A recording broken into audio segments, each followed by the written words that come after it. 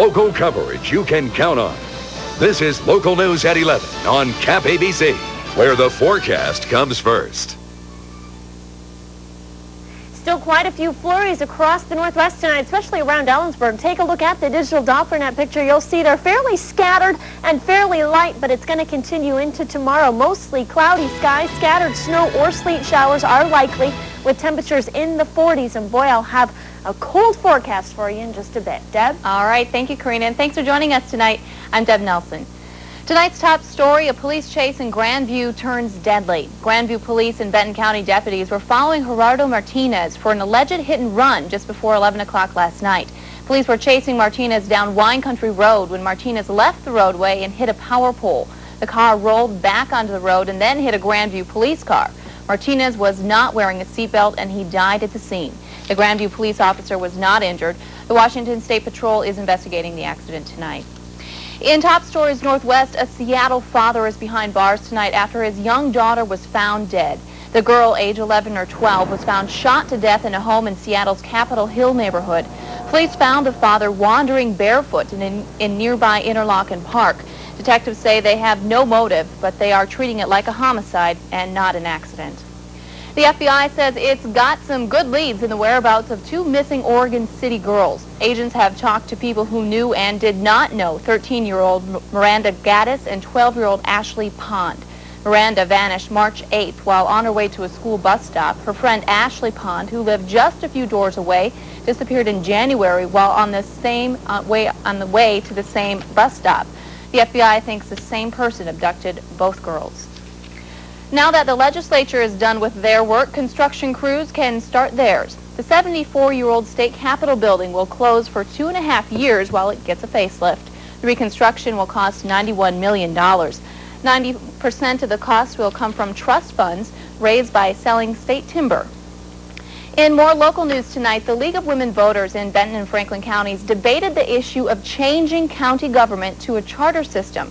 In a charter system, county residents are elected to write a new structure of county government. That charter is then voted on by residents. Former Benton County Commissioner Sandy Strawn says the county is growing and the government should change with it. Changes could include adding county commissioners or another administrative layer. Valora Loveland says constituents want more efficient, less expensive, and more responsive governments. Whatever the outcome, both sides say that if the benefit is a discussion, if it stimulates more interest and participation in county government. The Tri-County Partners of Habitat for Humanity are set to build 3 more houses in April, and they're looking for some volunteers. Habitat builds homes for poor families living in severely substandard housing. This trailer is used to house a family of 6 until Habitat volunteers built a brand new home last year. Volunteer coordinator Misha Willis says the trailer shows people how valuable volunteers are. Capacities, whether it be on the construction site, on different committees, family selection, family partnering, all the way down to we have people who like to cook, and so they bring lunches to our volunteers. So all sorts of different things they can do. And if you'd like to help, just give the Habitat for Humanity office in your area a call. In Top Stories USA, an avalanche in Utah buries 2 skiers. It happened near the Brighton Ski Resort. The bodies were dug out of the snow late this afternoon. The 2 were part of a group of 8 people skiing and snowboarding on an ungroomed area of the mountain. No one in the group wore avalanche beacons, but one did have a cell phone and called 911. In the skies above the Pacific Ocean, another successful test for the missile defense system.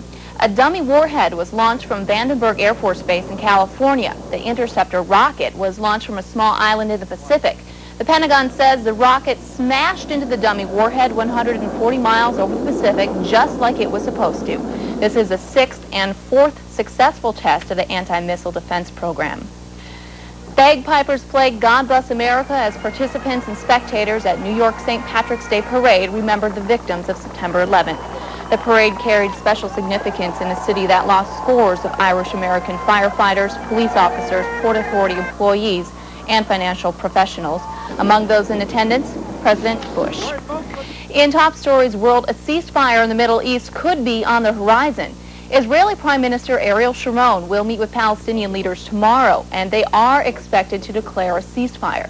The surprise announcement came after U.S. Envoy Anthony Zini met with Sharon and Palestinian leader Yasser Arafat today.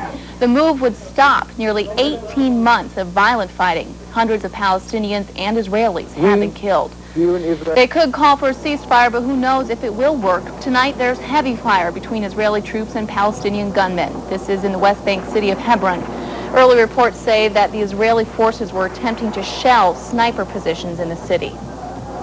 And in Afghanistan, 8 U.S. soldiers are awarded the Purple Heart. The medal is given to soldiers who are wounded in battle. The 8 servicemen were hurt during Operation Anaconda. The biggest ground battle of the Afghan war began on March 2nd, nearly on top of an al-Qaeda stronghold in the eastern Afghan mountains. 28 of the 86 American soldiers were hurt, but thankfully none killed. Coalition forces continue to go cave by cave in search of enemy holdouts. Our region's asparagus farmers may have a late crop, we'll tell you why, and hundreds of kids visited a popular playground, but they didn't come to play. I'll explain when we come back. This is local coverage you can count on. We know that making a leap on your own takes more than courage. It takes preparation, determination, concentration, and a successful landing. Key, achieve anything. We know what it takes to realize successful figures. Precision, strength, talent, and a solid program. Key, achieve anything. Whether you come to celebrate Disney or to get a great McDonald's deal, you just might find each other. Now, McDonald's salutes the year-long Walt Disney World 100 Years of Magic celebration with one magnificent deal. Start your day with a true breakfast original. Get 2 Egg McMuffin sandwiches for just $2. Or enjoy 2 all-time classic Big Mac sandwiches for just $2. 2 amazing tastes, one incredible deal. So hurry in.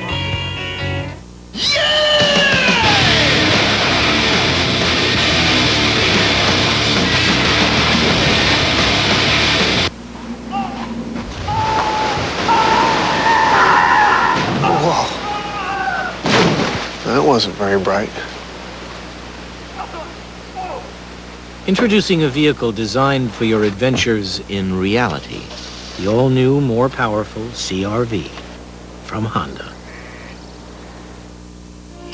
After my car accident with an uninsured motorist, I suffered from constant neck and back pain. It interfered with my job, and I was unable to work. I saw doctors and physical therapists, but my case was going nowhere. I'd paid thousands of dollars in